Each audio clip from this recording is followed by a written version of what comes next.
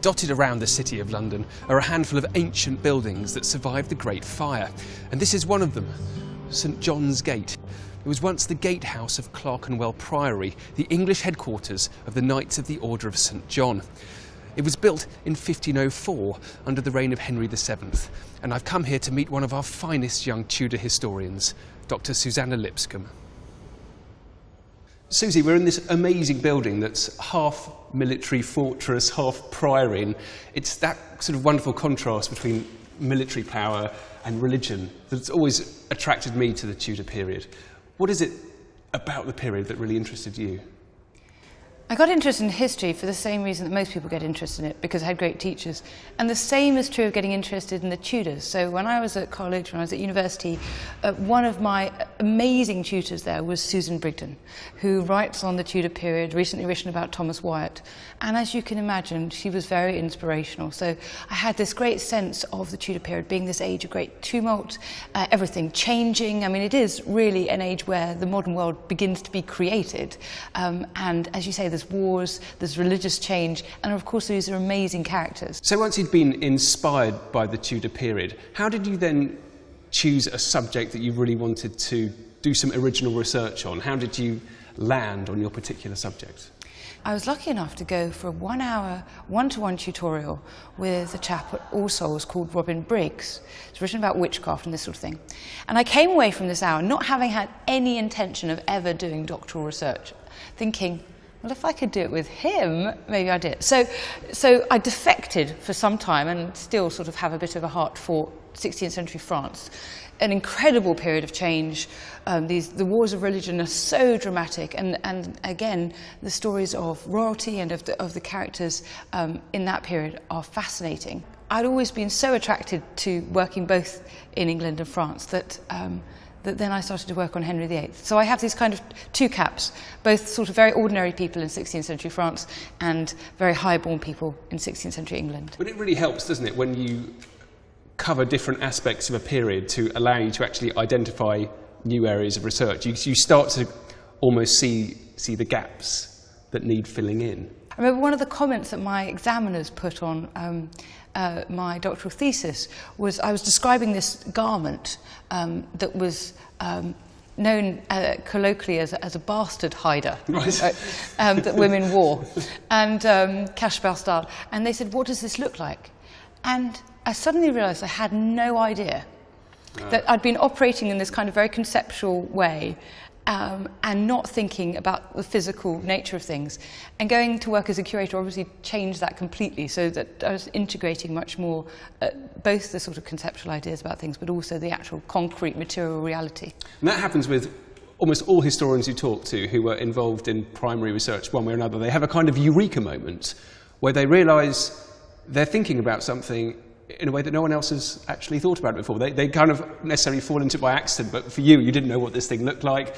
And other people always have this sort of this wonderful moment, and it's that energy of research which is great. You don't necessarily know you're moving towards it, but you're kind of there. Yes, it's so exciting, and it's something you only get when you're really doing research. And I think this is why historians start to feel a bit drained if they don't do that. You know, I mean, I absolutely love teaching, I love filming, but I need to go and get into the archives and do research. With Tudor research or research going back into the Middle Ages, you've got a particular problem because you've actually got to read the documents. How difficult did you find that when you first started off? I jumped into the deep end because I was working on 16th century French manuscripts written by relatively illiterate people. So the handwriting is often quite poor. The sentences go on for lines and lines and lines, and there's a sort of real confusion of pronouns. So they're quite difficult. And again, my supervisor, Robin Briggs, was absolutely brilliant, sitting me down with some of his witchcraft cases, which are some of the most illegible documents I've ever come across in my life, and making me work on those. So by comparison, everything else is a cinch. So I get back to 16th century English, and it's in English for a start, which obviously helps. But it's a question of getting one's eye in. You get used to it. It's just practice, like so many things. And obviously the problem of different people, different handwriting. I always find it like those, do you remember those 3D kind of posters you had in the 1980s, and you'd stare at them for ages and ages, and then suddenly it would be a shark, coming to bite your head off, and you could suddenly actually read what's happening. It's very much like that with peculiar handwriting from an earlier period.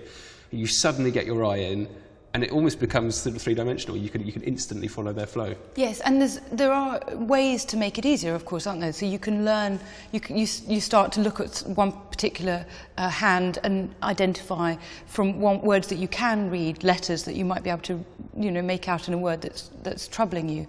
And you start to predict what will come up as well. You start to be used to the sort of terminology that they're using. I think that you feel that the past is inhabited by our relatives, our kind of flesh and blood. They're not, it's not an alien time and place, especially the periods we work on. I mean, it does seem distant, but it's not actually that far away, and they're kind of living there, just waiting to be discovered, and I think hoping to be understood. One of the great attractions of the past is trying to empathise with these people. I think historians, by definition, should be quite compassionate people, because we spend all our time looking into the lives of others and thinking about them as both being very much like us and also being sort of entirely different, in that they thought quite mad things, yeah. but they are, they felt they were flesh and blood. I find the bizarreness of the past absolutely absorbing, and when you're trying to understand ideas or behaviour in the past, it's knowing that people actually made those almost inexplicable decisions, and I love the challenge of trying to unpick that.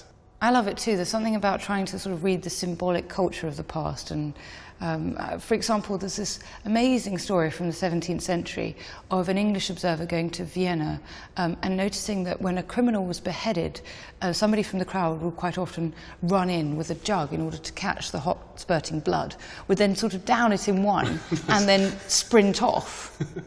And this was explained to him as a cure for the falling sickness, for epilepsy.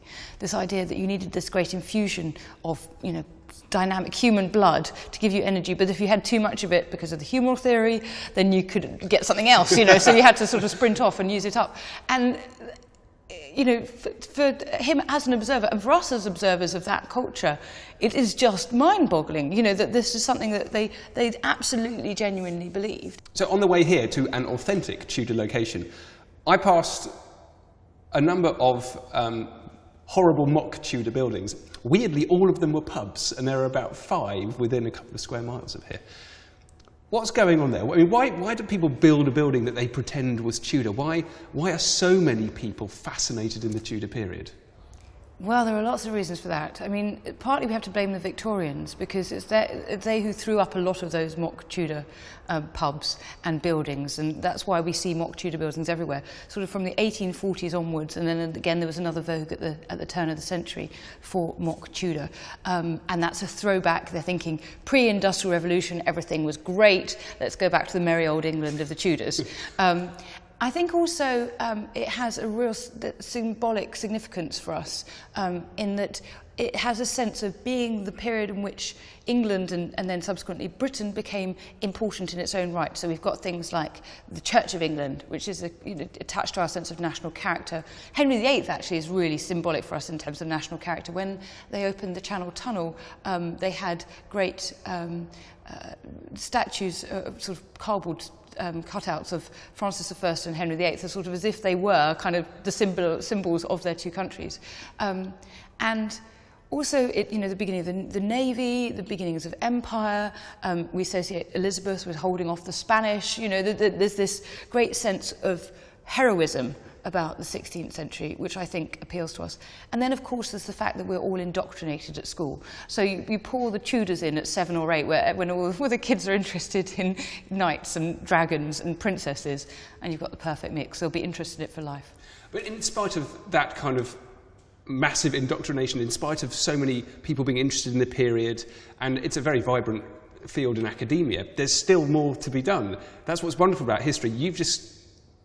The questions you can ask for primary research are so personal, so the more people that get involved, the more questions they will raise and the more answers we will find. Yes, and if you're working on a period, you discover all these gaps, all these holes, and you think, I wish I could fill them. I don't have enough lifetimes to do this work. I mean, I can think of several big areas of work on Henry VIII that I would love to do if I had the time. And that's extraordinary, because we would have thought, you'd think, surely everything has been done that could be done, and it's not true.